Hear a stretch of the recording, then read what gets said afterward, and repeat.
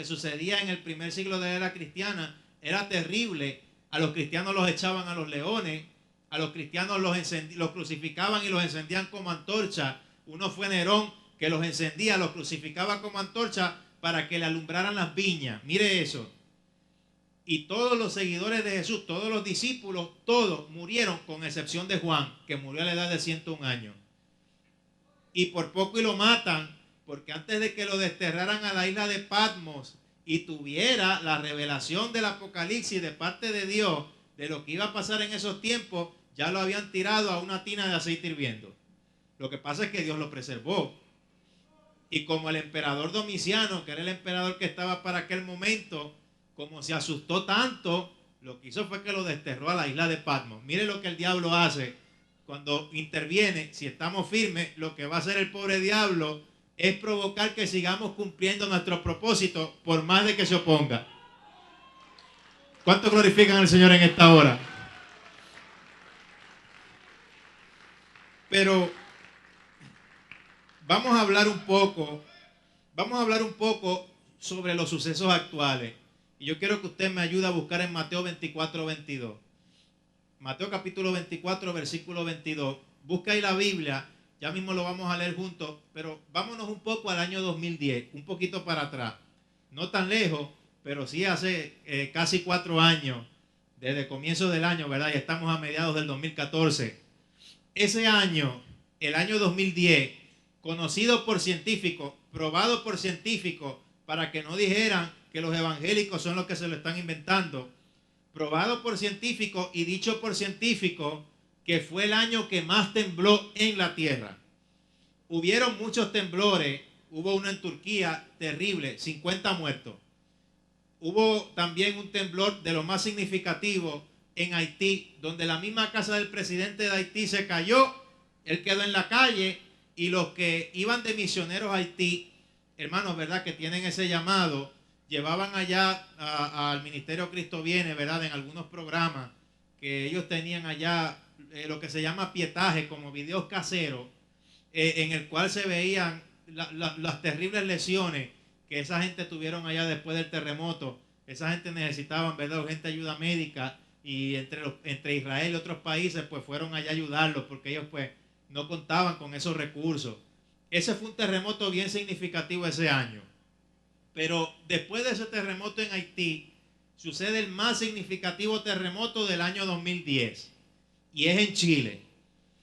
Después de que sucede ese terremoto y sucede un terrible tsunami, los científicos informaron que el eje de la Tierra se afectó, haciendo que los días se acortaran, escuche, milisegundos. Por científico, eso no fue ningún predicador que se lo inventó. Lo estamos predicando, pero es una noticia. Pasa el año 2010. Apenas comienza el 2011 después y sucede un terrible terremoto en un área en Japón. Un terrible terremoto en donde, hermano, la gente perdieron sus casas, sus carros, sus hogares. Muchos perdieron la vida. Después de ese terremoto sucedió un tsunami terrible que hasta si usted chequea los visuales en la internet, usted ve hasta terribles olas de tsunami que se levantaban llevándose casas, carros, gente, todo a su paso, indiscriminadamente. Y después de eso, lo más terrible, el terremoto que sucede ahí, dicen los científicos, que movió el eje de rotación de la Tierra 10 centímetros, haciendo que los días se acortaran unos cuantos segundos más. Pero ¿cómo es que mi reloj todavía da el tiempo y como que no se atrasa o no se adelanta, o qué es lo que pasa? Bueno, ahí yo no sé, pero de que se están acortando los días, usted hasta puede ver lo ligero que suceden. Si usted quiere hacer la comparación, busque un reloj antiguo, pero yo no perdería el tiempo porque es algo bíblico que se tiene que cumplir y se está cumpliendo. Vamos, Mateo 24, 22, mire, si aquellos días no fueran acortados, nadie sería salvo, mas por causa de los escogidos, aquellos días serán acortados. Vamos a ser específicos. Estos días que habla aquí no son estos, son los días de la gran tribulación. Pero para que llegara una gran tribulación con días acortados, se requiere saber entonces que iban a suceder algunos eventos que iban a provocar que cuando se llegara esos días, luego del arrebatamiento, ya esos días estuvieran acortados y preparados para que la gran tribulación comenzara a caer en la tierra. Evento profético, y usted se acordará el que por los años 60, 70, 80, 90 y hasta principios de este siglo XXI predicaba insistentemente que la tierra iba a temblar como un borracho. Para ese tiempo la tierra no temblaba como está temblando hoy en día. Y ese fue mi abuelo que está allá arriba con el Señor. La Biblia dice que temblará como un ebrio. Gloria a Dios. La Biblia lo menciona, dice que la tierra temblará como un ebrio, pero usted ve ebrio y borracho, es el sinónimo, es lo mismo. Profetizado por el profeta Isaías. Todos esos terremotos y todo lo que estamos viendo hoy en día, algunos que Dios les ha mostrado a otras personas que van a suceder, todo esto que pueda suceder y suceda antes del arrebatamiento de la iglesia, está llevando, y es algo que sencillamente es el comienzo de un terrible terremoto que al final de la gran tribulación va a suceder y las islas van a desaparecer. Vamos a la palabra del Señor. Hermano, todo lo que yo hablo, siempre me gusta decirlo por la Biblia para que usted vea, y cuando alguien venga con cuento, usted se lo muestre por la Biblia. Porque la Biblia es la única verdad aquí, no lo que yo pueda creer, o lo que sea mi opinión, o lo que yo me venga a inventar. Aquí no venimos a hablar opiniones, aquí venimos a hablar lo que Dios nos dice en su palabra. Mire, Apocalipsis 16, mire esto, Apocalipsis 16, 18, entonces hubo relámpagos y voces y truenos y un gran temblor de tierra, y mire lo que dice, un terremoto tan grande cual no lo hubo jamás desde que los hombres han estado sobre la tierra. Y el versículo 20 de ahí, mírelo ahí, dice, toda isla huyó y los montes no fueron hallados. O sea que la estructura geográfica del planeta, antes de que Cristo venga, que va a ser un poco después de ese terremoto, la estructura geográfica del planeta va a cambiar. Y cuando venga Cristo, esa estructura geográfica va a estar cambiada y va a establecer su reino desde Jerusalén, la futura capital del mundo. ¿Por qué usted cree que este ha sido la fuente de la discordia a través de las épocas y de los años? Porque usted cree que es que le dicen la ciudad santa. Hermano, Jerusalén es la ciudad escogida por Dios. Y fue donde la forma visible de Dios dio su vida, Jesucristo, por rescate a la humanidad. Mire eso. ¿Cómo podemos nosotros saber cuán cerca está este evento? No podemos saber ni día ni hora, nunca lo podremos saber, pero sí, la Biblia es específica sobre ciertos eventos proféticos que nos alertarían si este evento estaba cerca. No podemos saber ni día ni hora, pero sí saber cuán cerca está. Y vamos a ver, de esto que nos dice sobre el arrebatamiento de la iglesia, hay dos fuentes bien importantes. Vamos a Mateo 24:37, palabras del mismo Señor Jesucristo. Él dice, nos dijo, mas como en los días de Noé, será así o así será la venida del Hijo del Hombre. O sea que hay comparativa, como en los días de Noé, y además de todo, también se nos compara como en los días de Lot. Pero solamente vamos a comparar cantidades y hacer un breve repaso de esas historias bíblicas que, bueno, yo puedo decir, fueron momentos en la historia terribles, que hasta Dios mismo tuvo que intervenir de esa manera para cortar el pecado.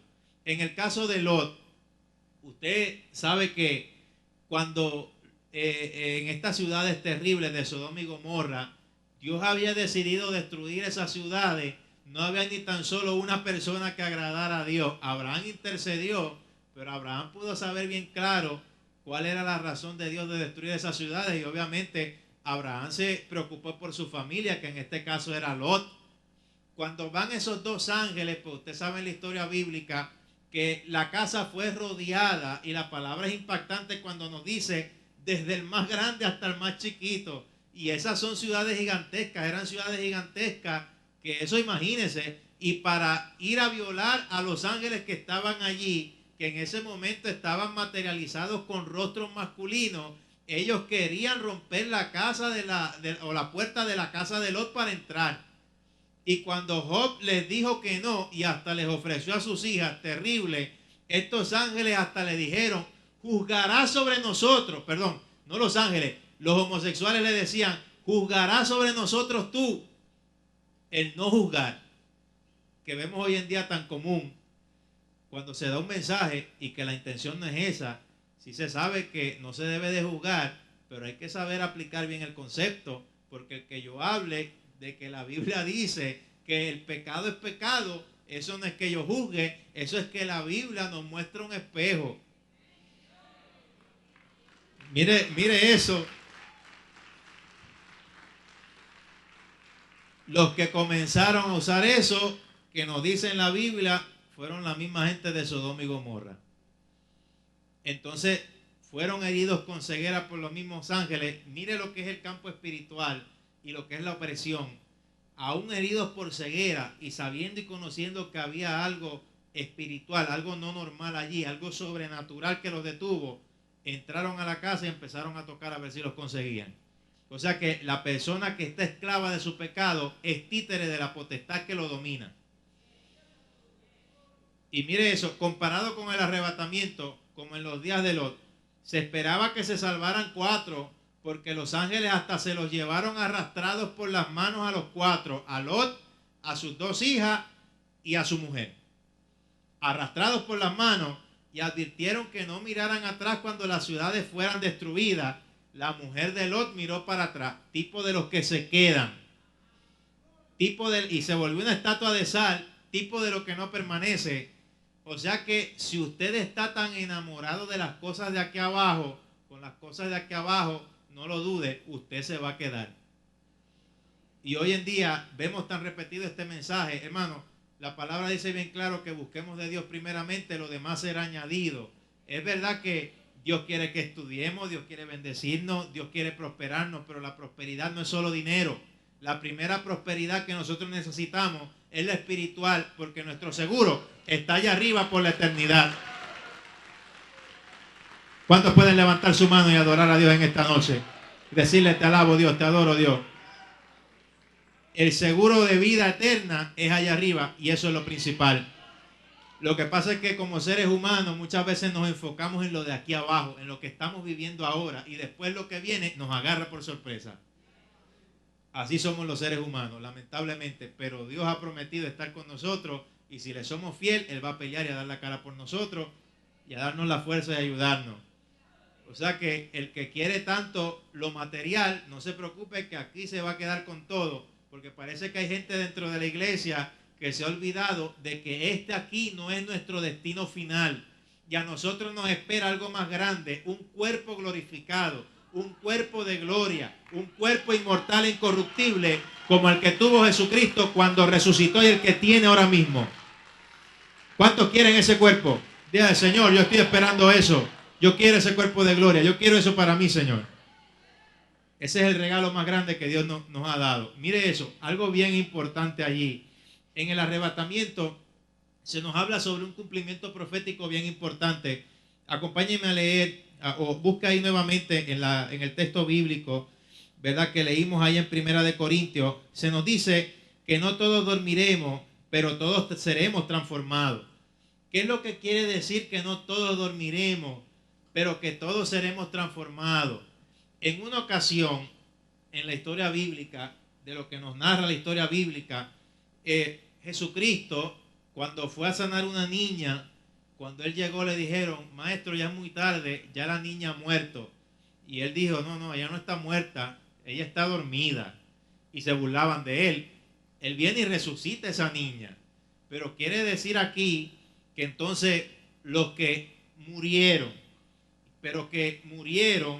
y antes de morir aceptaron a Cristo como único Señor y Salvador personal y que están ahora mismo, ¿verdad?, en el paraíso, no están muertos. Dios lo ve como que están dormidos. Quiere decir otra cosa, los niños, dependiendo en ese caso de su edad, los bebés van al cielo. El carácter de un niño se va formando hasta los entre 6 y 8 años. Los bebés, los niños con su carácter, ¿verdad?, no formado para elegir entre bien y mal, ellos van al cielo. en este caso, por eso usted sabe que nosotros como iglesia del Señor no bautizamos niños, los presentamos al Señor porque los niños no tienen conocimiento de pecado, contrario a lo que se cree, ¿verdad?, en otras tradiciones. Pero cuando tienen conocimiento de pecado y su carácter está formado, pues ahí ellos pueden decidir si aceptar a Dios o rechazarlo. Los padres, ¿verdad?, les tienen que enseñar que Dios es el camino. Y lo tienen que, en esto, como dice en la palabra, instruye al niño en su camino, aun cuando fuere viejo no se apartará de él, pero siempre va a ser una decisión personal de cada cual. O sea, la salvación es individual y es personal. Entonces, tenemos hermanos en la fe que no es que están muertos, es que están dormidos. Pero ¿por qué Jesucristo dice y dijo ahí, verdad, que estaban dormidos, o hizo esta alusión? ¿Por qué la Biblia también nos dice, no todos dormiremos? ¿Por qué dice dormido? Si está dormido quiere decir que va a ser despierto. Y después nos añade, no todos dormiremos, pero todos seremos transformados en un momento, en un abrir y cerrar de ojos. Primero, en un abrir y cerrar de ojos es que va a suceder todo ese evento. Dice, los muertos serán resucitados incorruptibles. ¿Qué muertos? Los que no realmente están muertos, sino que están dormidos. Los que están en el paraíso, que murieron, pero que murieron salvos, que aceptaron este plan de salvación, y los grandes amigos de Dios por lo largo de la historia, que están en reposo, ahora están en reposo. Pero en el momento del arrebatamiento sucede lo que se llama la primera resurrección. Y en un abrir y cerrar de ojos, todos ellos resucitan en un cuerpo inmortal e incorruptible. Y asimismo, ahora en este caso, nosotros que vivamos para ese momento, ahí no se nos habla en la palabra que no todos dormiremos por eso, porque los que vivamos en ese momento no vamos a tener que morir, sino que vamos a ser transformados. O sea que la muerte nunca nos va a tocar. Un abrir y cerrar de ojos. Cuerpos transformados en corruptibles. ¿Qué es ese cuerpo glorificado? El mayor ejemplo lo podemos ver en Jesucristo. La primera resurrección ya transcurrió en su comienzo, no ha terminado, porque Jesucristo es el primogénito de entre los muertos, y la Biblia lo dice bien claro. Después de que murió, Él resucitó al tercer día, y cuando resucitó, bueno, vamos directo a la Biblia. Mire lo impactante que fue esta resurrección. Nuestro Señor es el primogénito de entre los muertos, y esto es tipo del cuerpo que vamos a recibir en el arrebatamiento. Mateo capítulo 27, versículos 51 al 53. Mire lo que dice: he aquí el velo del templo se rasgó de arriba abajo, la tierra tembló, las rocas se partieron y se abrieron los sepulcros, y muchos cuerpos de santos que habían dormido se levantaron y salieron de su sepulcro después de la resurrección de él, vinieron a la santa ciudad y se aparecieron a muchos. En estos versículos se nos habla lo que sucedió cuando Cristo murió y qué fue lo que sucedió después de que resucitó. El poder de la resurrección de nuestro Señor fue tan grande que aún hasta los sepulcros de los que habían dormido en Él se levantaron, pero no fue en un cuerpo glorificado, fue en un cuerpo de carne y hueso, porque Jesucristo fue el primero en recibir el cuerpo glorificado. Y Él prometió que se iba a ir a preparar morada para nosotros. Casas celestiales vamos a tener, pero nuestra morada eterna, además de la casa, ¿dónde va a morar nuestra alma y nuestro espíritu? En un cuerpo nuevo, el cuerpo de gloria. Un cuerpo que no va a envejecer. Un cuerpo que va a volar a velocidades inimaginables. Un cuerpo que va a traspasar las paredes. Y no se crea que en el cielo usted, sus familiares no los van a reconocer. Lo que pasa es que van a haber tantas maravillas en el cielo que yo creo que la prioridad no va a ser tanto estar con nuestros familiares, aunque sí ellos van a estar ahí y los vamos a reconocer, porque Cristo cuando resucitó en ese cuerpo glorificado, todos lo conocieron. Y cuando se presentó a Él, lo conocieron. Supieron que Él era Jesús. Se presentó al Padre y se apareció más de 500 testigos. Fueron los que vieron que Él resucitó. Y en la palabra habla bien claro sobre esos 3 días donde Cristo estaba. Cuando Cristo murió, Él fue a las partes más profundas del infierno. ¿Dónde queda el infierno? Dice la Biblia que el infierno está en el corazón de la tierra. Bueno, sí lo dice. Hechos 2:31, Pedro habla como Cristo no descendió, o sea, como Cristo descendió al Hades. Mateo 12:40, profecía misma dada de Jesucristo antes de que lo crucificaran. Él dijo, como estuvo Jonás en el vientre del gran pez 3 días y 3 noches, así estará el Hijo del Hombre en el corazón de la tierra. O sea que el infierno está allí. ¿Qué fue a hacer él ahí? Efesios 4:9. Mire, le estamos dando citas bíblicas importantes. Efesios 4:9 dice, y eso de que subió, ¿qué es? Sino que también había descendido a las partes más bajas de la tierra. Bueno, ya lo especifica más en Primera de Pedro 3:18 al 20. Que se nos habla de lo que Cristo fue a hacer. Les predicó a las almas perdidas del diluvio. ¿Por qué les predicó? Si ya eso les pertenecen al enemigo. Él no se llevó a nadie que está en el infierno. Les predicó para hablarle de su terrible juicio final, no para arrepentimiento. Y el asunto es que Cristo mismo reveló, como lo sabía en el pueblo de Israel, él mismo revela a través de la parábola de Rico y Lázaro, que había una subdivisión entre el infierno y otra que se llamaba el seno de Abraham, que era un lugar de reposo temporal, y los que estaban allí estaban esperando que el Mesías muriera, descendiera y se los llevara. Y Jacob en una ocasión, vamos a hacer un pequeño repaso en la historia bíblica para refrescar en la mente. Jacob, cuando vinieron con la túnica de colores de José ensangrentada, los hermanos que lo vendieron a Egipto, Jacob vio esa túnica y dijo, descenderé enlutado de mi hijo hasta el Seol.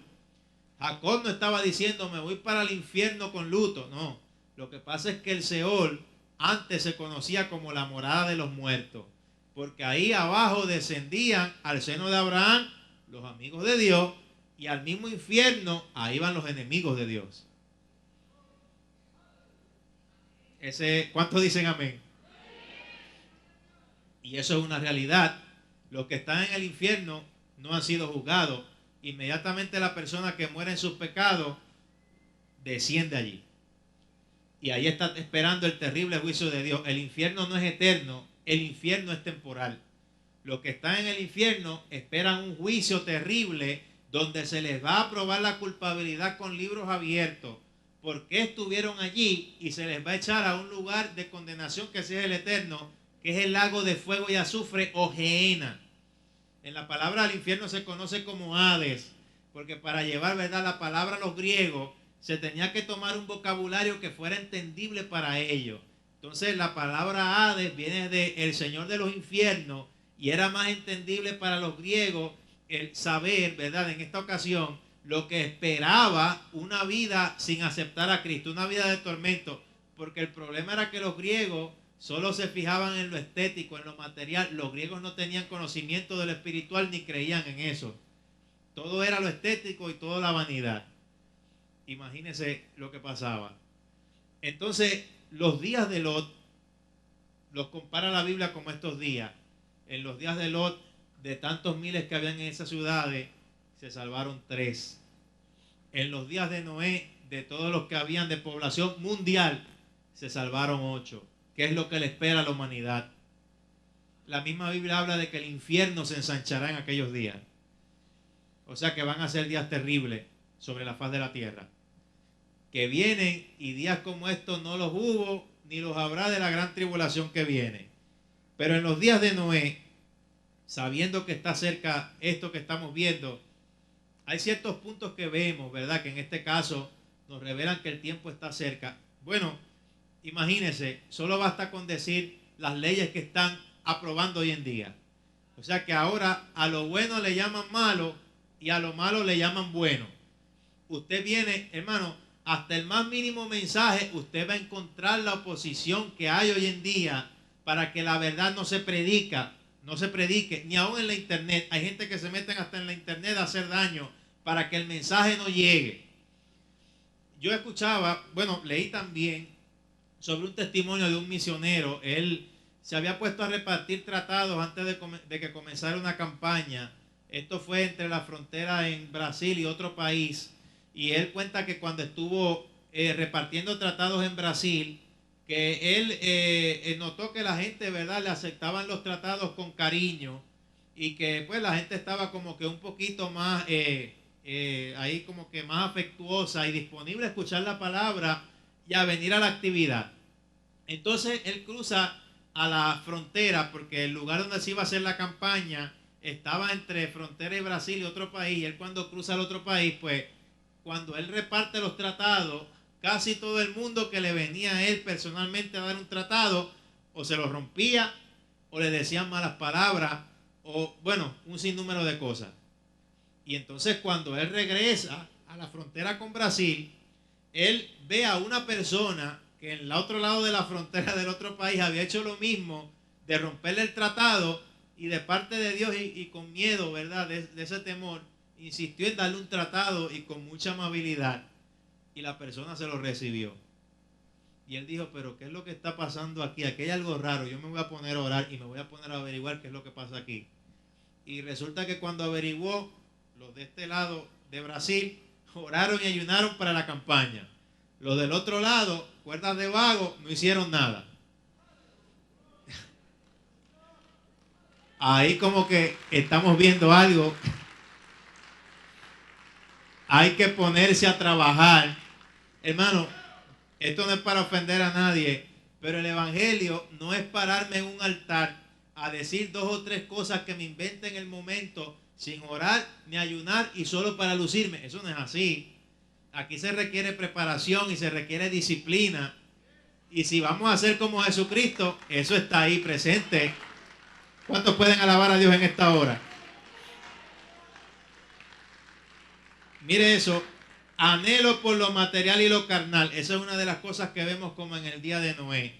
El día de Noé, o los tiempos de Noé, cuando estudiamos eso, ¿verdad? En una profundidad a la teología y a los que dicen los mismos judíos, aun cuando muchos de ellos no han aceptado a Cristo como el Mesías, esta gente tienen estudios bien profundos de lo que sucedía en aquellos tiempos, que eran días terribles, días perversos. Según, ¿verdad?, estudios rabínicos y judíos, el día en el cual Dios se hartó por completo de la humanidad y de toda la perversión que había, fue cuando los hombres comenzaron a componer cánticos y canciones en honor a animales como novios o como novias, o a tener relaciones con ellos. Eso estaba normal y era normal en aquellos días. El bestialismo, el animalismo, el incesto, la pedofilia, todo eso era normal en esa sociedad. Y hoy en día, aquí en la misma nación americana, aunque no se han aprobado estas leyes que protejan a esta gente, hemos visto que han comenzado a quererlas aprobar. Y en el mundo se han aprobado, en algunos lugares en Europa, se han aprobado leyes que protegen a los pedófilos. O sea que vemos que sí, está como en el día de Noé o como en los tiempos de Noé. Hay algo terrible que se está moviendo en este ambiente y es universal. O sea que aquí yo lo que veo también es que no ha sucedido un arrebatamiento y la iglesia tiene que unirse contra esto. Aquí hasta que no nos vayamos, que el diablo sufra. No crea que es que el diablo le puede hacer a usted. No, usted batalle. Dios lo ha hecho más que vencedor por la fuerza del Señor en usted.